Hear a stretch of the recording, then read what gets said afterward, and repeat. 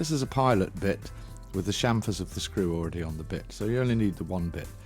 Now we need to fix the door frame. We're going to do this with 2" 10s. Check the door frame for plumb with your spirit level. Screw it up tight with the 2" 10. Make sure it's nicely countersunk for filler. Now we're going to repeat at the bottom. 2 pilot holes for 2 number 2" 10s through to the stud work. Now we go to the other side, the handle side of the door. We're going to need to pack this frame to the stud work, and we use plastic packers that you can find in the builders merchants or DIY stores. Come in different thicknesses and different colours for thickness. So we want to put our wedges in nice and snug and put a screw right through where our wedge is. This prevents us from pulling the frame out of square. As you can see, if we close this gap, we'd pull the frame away from squareness and from parallel, and the door wouldn't fit the hole very well.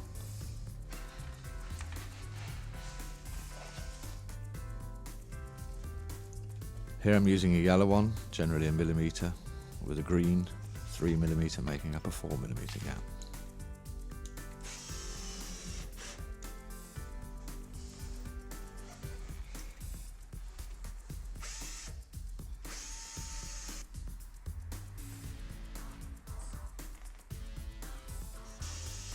When they're in nice and tight and your screws are fixed, you chop them off with a chisel. Now we've fixed our frame parallel, one last final check for measurements top and bottom to make sure it's not pulled out. And now we can take our temporary stay off. Bring the door back and try it in the hole for size. As you can see, there's a gap at the top. We're going to lift this up for carpet underneath. Now let's hinge our door. I've got a nice little block and wedge with a cutout to put our door in to keep it vertical whilst I'm working on it. Hinges 6" from the top, 6" from the bottom. You can either mark round with a pencil or you can use your craft knife.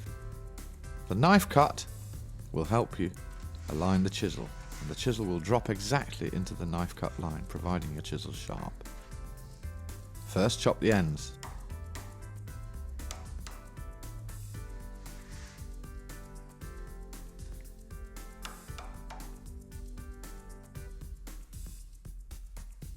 Now a nice even rhythm.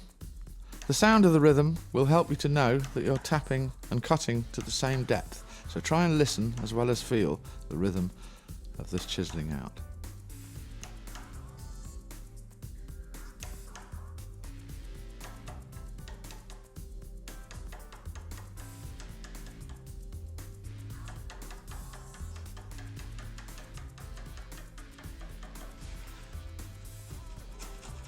Again, use the flat of the chisel with the thumb pressure over the top to keep it down. Chisel out for flat. Try and test your hinge. There we go, lovely fit. It's important when fixing your screws to ensure that they're spot on centre, otherwise it's going to push your hinge slightly out. Then your doors start binding, your hinges will squeak, and your door won't be closing and opening properly. Now we put our door back in the door frame with the hinges open, a block of wood underneath for carpet gap, and we mark the frame to receive our hinges. Draw around the hinge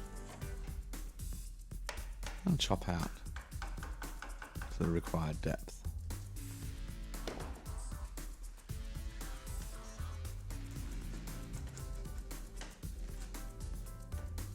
You can chisel across the grain diagonally, 90 degrees, a rounding cut again, helping you to flatten the bottom of the hinge rebate. Check it by eye, make sure you've got no lumps, take off any last little lumps so that your hinge sits nice and flat.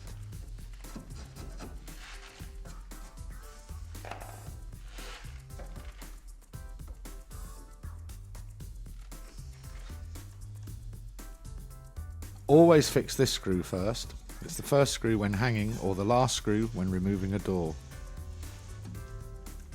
So the first screw in the top hinge at the bottom. As you start to tighten the screw, Lift the door, take the weight of the door to pull the hinge plate in flat. Then go to the bottom, your second screw. Then back to the top, the third screw, and so on. We're going to put just 2 screws in the hinges because the door and hinges are going to come off for painting. And then when we finally hang the door, we put all 4 screws into the frame.